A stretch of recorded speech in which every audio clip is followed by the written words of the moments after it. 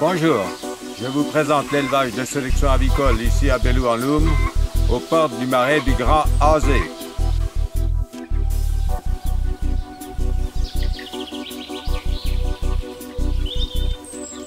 Nous sommes ici dans la parcelle qui va servir à élever nos futurs reproducteurs 2011. Dans chaque parquet, d'une surface de 600 m², où seront élevés séparément coqs et poulettes dès l'âge de 6 semaines.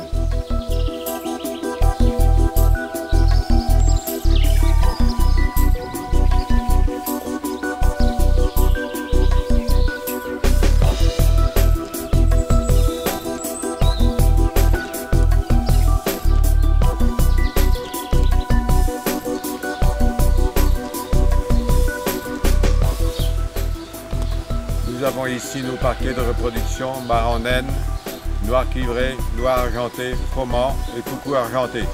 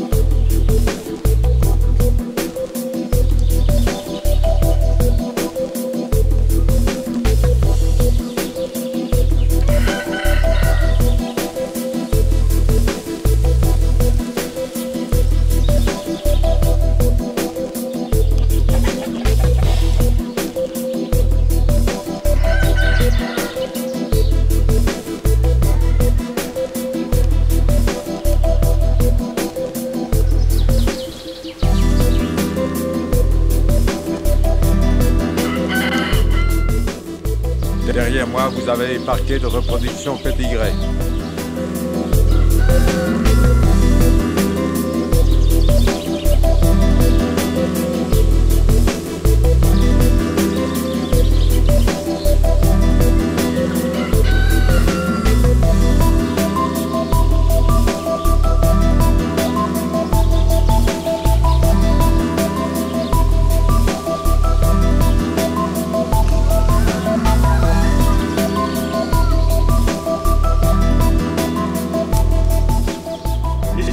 L'incubateur de 3600 œufs. Vous avez ici 3 exemplaires de 500 œufs chacun.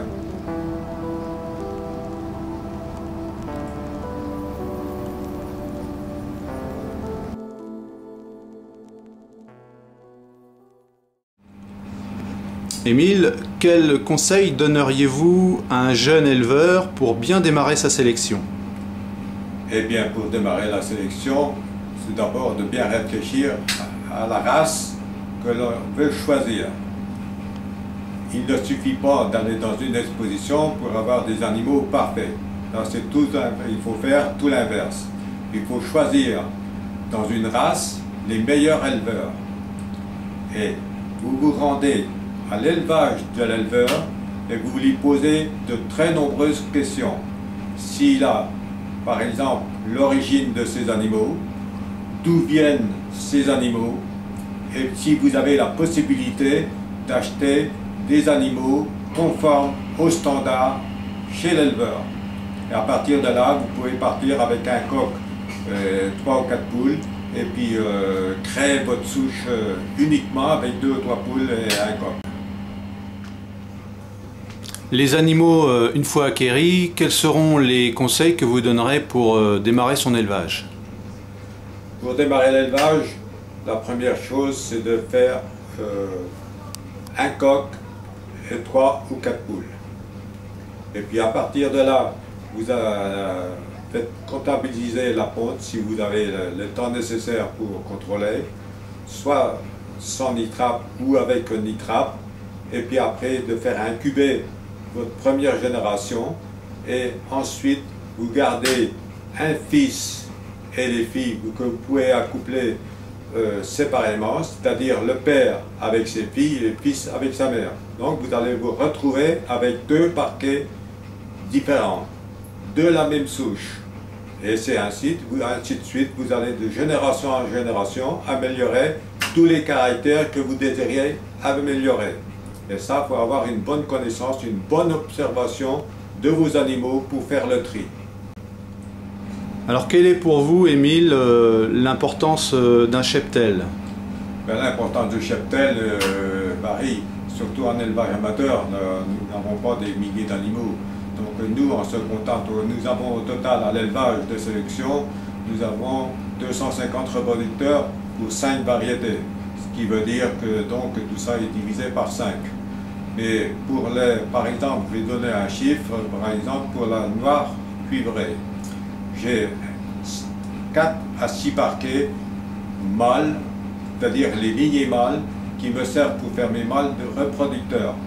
Ils ne servent qu'à cela. Donc, et par ailleurs, j'ai les parquets de multiplication. Les parquets de multiplication, j'ai 2 parquets de multiplication de chacun sans pondeuse. Ce qui me permet d'avoir une production gérée, programmée pour faire le nombre de poussins que nous avons besoin dans l'année. Quels sont les caractères indispensables pour améliorer la race? C'est-à-dire pour la race de Marans, le caractère prioritaire, c'est donc celui qui doit être observé lors des expositions ou des concours d'œufs, par exemple, c'est la couleur de l'œuf. Donc, nous allons choisir en priorité la couleur de l'œuf. Vous ne mettrez à couver ou en incubation que les œufs les plus roux foncés de votre élevage, sans avoir de référence extérieure. C'est les références de votre élevage qui comptent en priorité. Donc nous avons d'autres caractères qui interviennent, c'est-à-dire le poids de l'œuf, hein, la forme de l'œuf, la quantité d'œuf. La forme de l'œuf. La forme de l'œuf, vous allez vous servir d'un pied à coulisse, vous allez prendre la largeur de l'œuf, la longueur de l'œuf, multiplié par 100, et vous aurez un index, un coefficient qui vous donne la forme de l'œuf, hein, qui varie de 72 à 83. Après, vous avez le poids de l'œuf. Le poids de l'œuf est mieux à prendre sur les sujets individuellement, donc il vous faudra utiliser le nitrate et faire la pesée des œufs de la période de ponte de 14 jours. C'est-à-dire la période, parce qu'on met en incubation que les œufs de 14 jours pour faire nos reproducteurs. Donc à ce moment-là, la poule vous aura pondu entre 8, 10, 12, 13 œufs, peut-être 14 œufs, et là vous faites la moyenne du poids total de la ponte de la poule pendant cette période. Vous avez donc une moyenne exacte. Et pour la quantité d'œufs, c'est toujours pareil, il faudra vous servir du nitrate pour savoir la quantité d'œufs produite par poule. Et là, l'analyse se fait par le nombre d'œufs pondus par semaine. Concernant les œufs, quelles sont les règles d'incubation que vous vous imposez? On s'impose, c'est-à-dire d'abord, c'est de choisir des œufs qui correspondent bien à la race. Qui correspondent bien à la race, ça veut dire de choisir des œufs le plus foncé. Ceci est le plus important. Malgré cela, vous aurez toujours dans la descendante, dans les poussins que vous allez éclore, vous aurez toujours des poules qui vont vous faire des œufs plus clairs. Pourquoi? Parce que ce sont des gènes très spécifiques pour les couleurs. Donc il faut bien en connaître quelles sont les héritabilités de la couleur de l'œuf pour améliorer la couleur de l'œuf à 100%, et ça, ce n'est pas possible. Donc il faut dire que dans l'amaranth, nous n'aurons jamais des poules qui pondent à 100%. Vous aurez toujours des poules qui pondent des œufs plus clairs, des d'autres plus foncés. Celui qui obtient sur, par exemple, quand vous prenez 50 poussins, vous allez avoir 20-25 poulettes. Hein, et sur vos 20-25 poulettes, si vous en avez environ 10 qui vous font des poussins, des œufs très roux, vous serez satisfait, j'en suis sûr. Quel pourcentage d'œufs clairs avez-vous, Émile? Le pourcentage d'œufs clairs varie pour chacune des variétés. Nous avons en général une moyenne de 2 à 3% d'œufs clairs. Pouvez-vous nous donner quelques conseils pour conduire vos couveuses?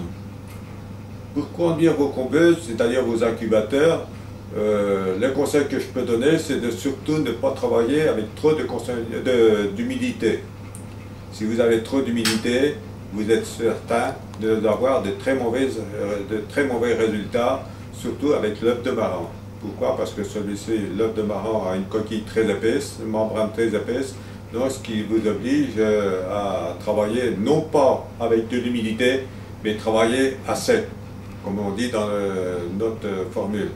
Donc moi, je travaille exclusivement en humidité, en incubation, tant en incubation qu'en éclosoir. Je tourne aux alentours de 40 à 45% d'humidité. En éclosion, l'humidité peut monter, mais du fait que vous avez des réglages avec les ouvertures pour apporter de l'air à l'intérieur de votre éclosoir, vous avez la possibilité de faire le réglage par les ouvertures au moment de l'éclosion.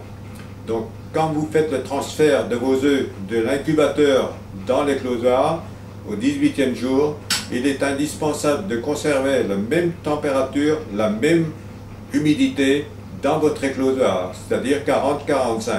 Au moment de l'éclosion, au moment du bêchage, c'est-à-dire ça commence au bêchage, l'humidité dans votre éclosoir va commencer à monter. C'est à partir de là que le réglage le plus important est celui de maintenir cette température, bien sûr, parce qu'il est réglé, mais l'humidité, parce que l'humidité va augmenter au fur et à mesure que vos poussins vont naître. Donc, à ce moment-là, il faut se servir des ouvertures pour, au fur et à mesure, vous agrandissez votre ouverture de façon que l'humidité ne monte pas trop haut. Donc, vous allez monter, par obligation, on va monter à 45, 50, 55, mais au-dessus de 55, il est important de stopper. Donc, il vous faut avoir prévu les ouvertures nécessaires pour diminuer l'humidité qu'il y a à l'intérieur de l'appareil à ce moment-là.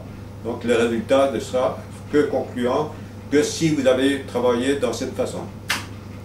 En travaillant comme vous venez de nous l'expliquer, quels sont les taux de réussite probables?